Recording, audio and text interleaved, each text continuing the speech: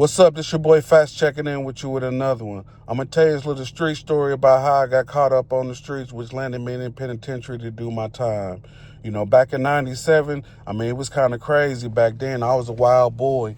I just got out the penitentiary. I did my little parole time, and I thought that, I could make some money, doing whatever I was doing, so I just started hustling, like everybody else was doing. We had the clean ass cars, with the candy paint, with the rims on them, with the beat and all that stuff. Everybody had jewelry, pocket full of money. Everybody was just basically making money back then, back in the 90s, because it was kind of like a money pool then, because everybody was doing something then. But yeah, I remember one time when I go to my mom's house, and when I go to my mom's house, I meet this dude. Now, his name is Melvin. Now, he was one of my mama's customers.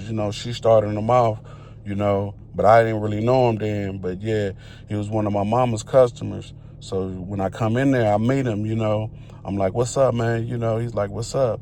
I'm like, shit. He's like, hey, your mom said that you have a little powder here and there. Yeah, I was like, yeah, I got some, At this time, I just come in the house. Like I said, I had like a 2 and a 7, which cost me like $1,100. So I come in the house, I'm about to cook it up on the stove.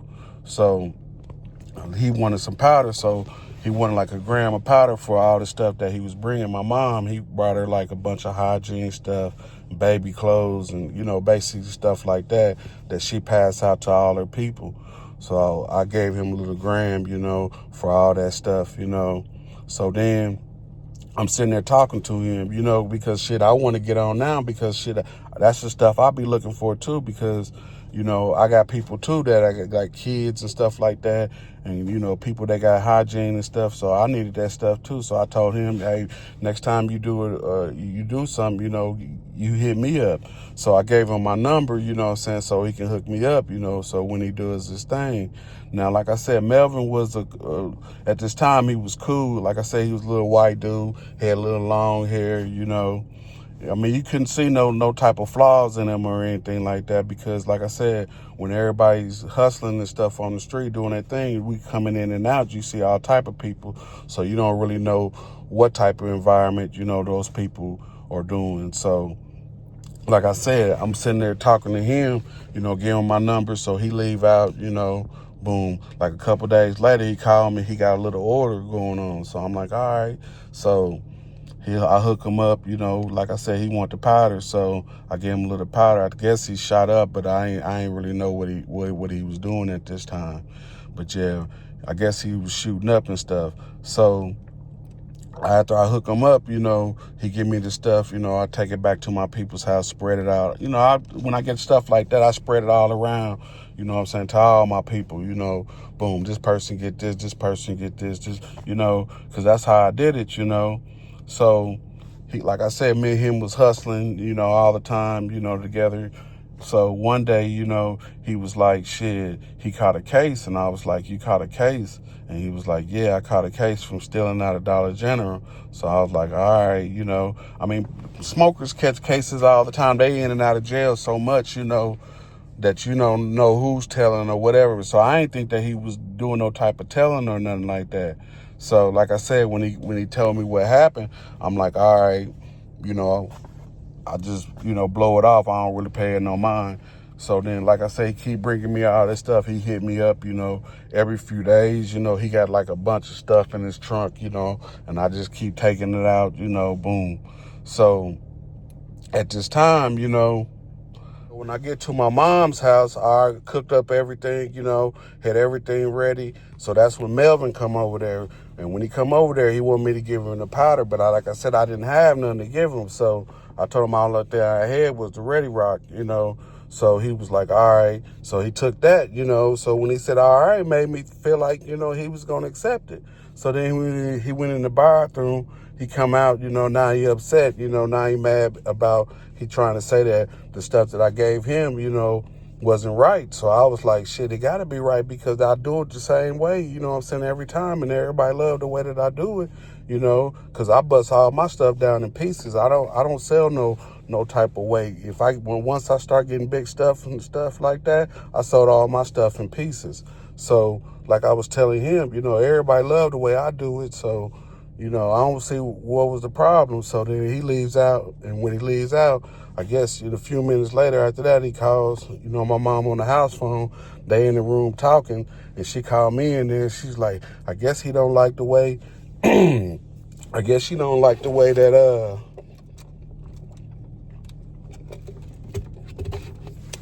the stuff that you gave him felt to him. So I was like, shit, that's the way it is. So then I guess they hang up, I go do my thing, I'm sitting in the front room, have my people coming in and stuff. I don't really pay him no mind and things like that. So then like a couple days later, he called me, say he got some stuff. So I'm like, all right, I meet up with him. And when I meet up with him, I'm telling him, hey man, the way that, you did that stuff the other day, you can't be doing stuff like that because, once I give it to you, you got to make sure that that's what you want. If you didn't want it, you know what I'm saying, you should have never took it. You should have told me to wait, and I'd have got you, whenever I read up and stuff like that, I'd have made sure that I took care of you. So he's like, yeah, man, but then, the way that he was talking, like he had his head down and stuff like that, made me feel like uncomfortable with him because, after the way that he acted in the house, and like I said, I just met him through my mom. I didn't really have no type of relationship with him to where I can kind of know how he moves and stuff like that. So after that, I leave, get the stuff and leave. Boom, I go back to my little crib where I hang out at because I got like a little spot to where, I do my little social business at, maybe count my money, things like that, maybe meet some girls and stuff, just do my thing. I had a little spot to where I did all that stuff at. So after I leave there, I go back over to my mom's house. And when I'm at my mom's house, I'm telling her, what I'm saying, I just talked to Melvin, and he seemed like he didn't really feel a lot of stuff that I was doing. She's like, don't worry about him. I'll talk to him. I'll get him back on track. I'm like, all right. So then I leave.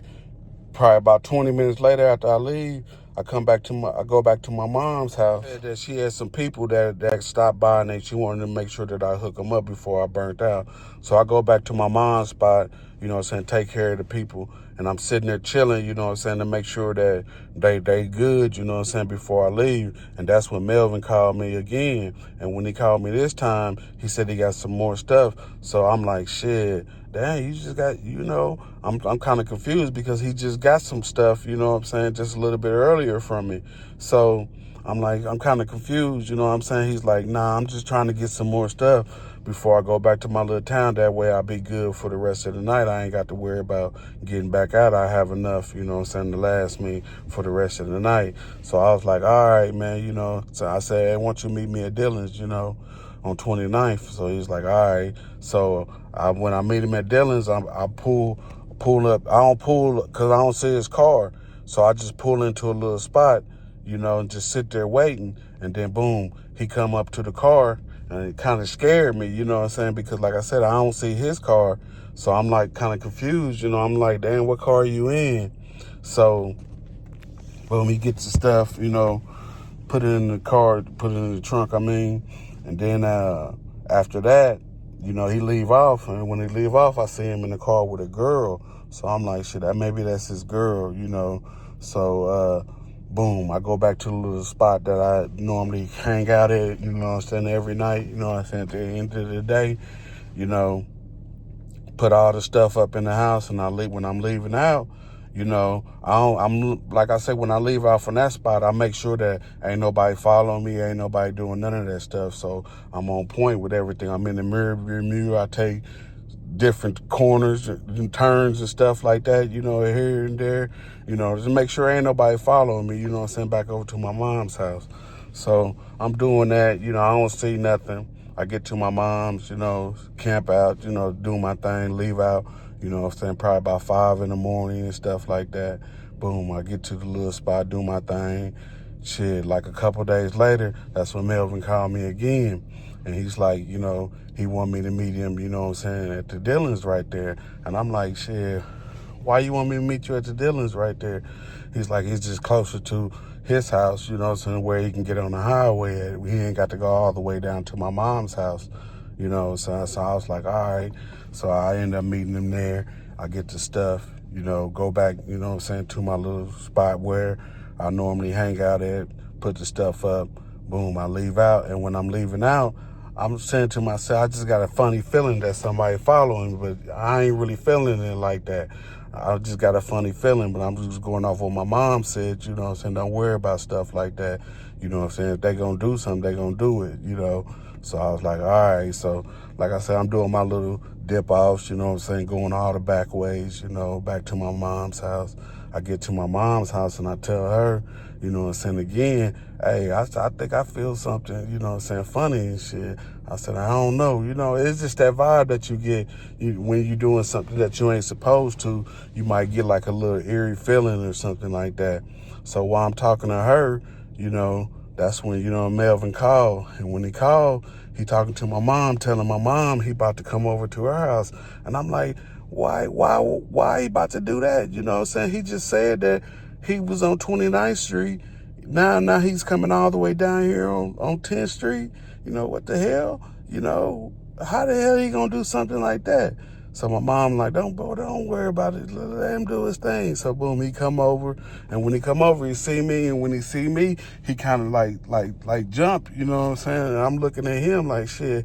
I'm like, damn, bro, why come you? You know what I'm saying? You coming way down here? We could have did this the same way back there, So when I was talking to Melvin, that's when the white girl come in there. Now the white girl was a real thin chick. I mean, she had glasses, the ponytail in her hair and stuff like that. So when she came in there, she was on her phone. They go straight into my mom's room and they talking to her. So I'm like, shit, what they want?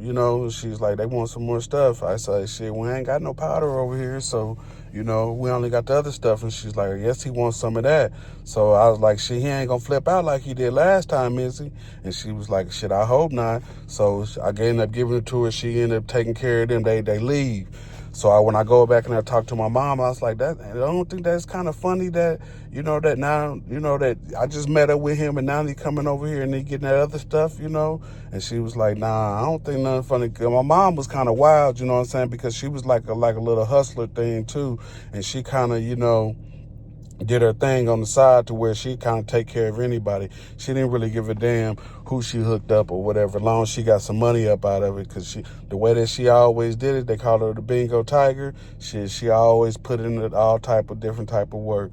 So basically, she was just telling me, hey, don't even worry about it. You know what I'm saying? That's just how things gonna be. So then I end up leaving, and when I leave, boom, I go back to my little spot to where I hang out at, and while I'm there chilling,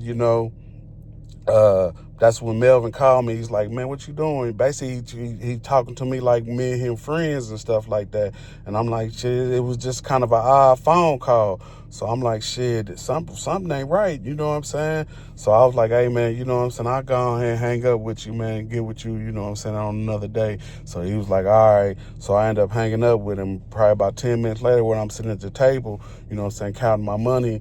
I probably got about 21 grams, in the kitchen, in the drawer in there, and I probably had about $750 at this time. So I'm sitting there chilling, and I got like this big old glass window right here, to where with blinds on, I ain't got no curtains on my windows. I can kind of see shadows in there if people going up and down the stairs.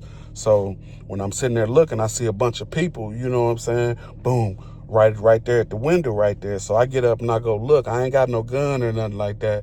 So I ain't coming like I was strapped or anything, looking out the window like Malcolm X, So I'll peep out the window. When I peep out the window, that's when the police, boom, busted the glass on the window. Then they end up kicking the door in. So while they kicking the door in, I'm running to the kitchen to get my stuff, Boom. I try to reach in the drawer to grab it. I grab it and I try to throw it in the garbage disposal.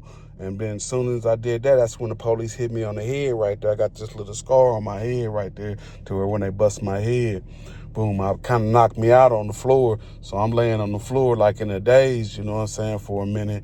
And then, you know what I'm saying, they end up putting me on the chair right there while they finished searching up the house and stuff like that. Boom. They end up taking me to jail. And when I get to jail, that's when I see, Melvin right there. I'm like, shit, what the fuck Melvin doing here? He got his head down. He ain't saying nothing to me. He ain't even really looking to me. He looking kind of like a suspense or whatever, like something don't happen to him. So I'm like, shit, I'm over there yelling, hey, man, you know what I'm saying? What you in here for, man? Because basically I just seen him just right before me. So I'm like, shit, what you in here for? And he's like, shit, he basically wasn't talking to me. So I'm kind of confused on all that stuff.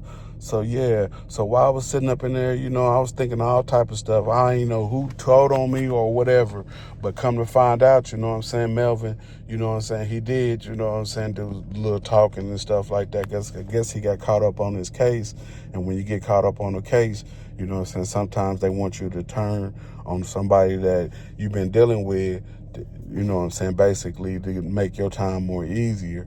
But, in this situation, he got us all caught up, got me sent to the penitentiary for 40 months, at this time. I mean, if I had a little money or whatever, things would have been a little different, for me. But I had some money to where I can kind of pay for my lawyers and stuff like that, to where it didn't really affect me in the long run. It only affected me for a short period of time until I actually did my time and got everything over with. But this is your boy Fats checking in with you with another one. Y'all stay up and y'all be peaceful. Hit that like and subscribe button for your boy.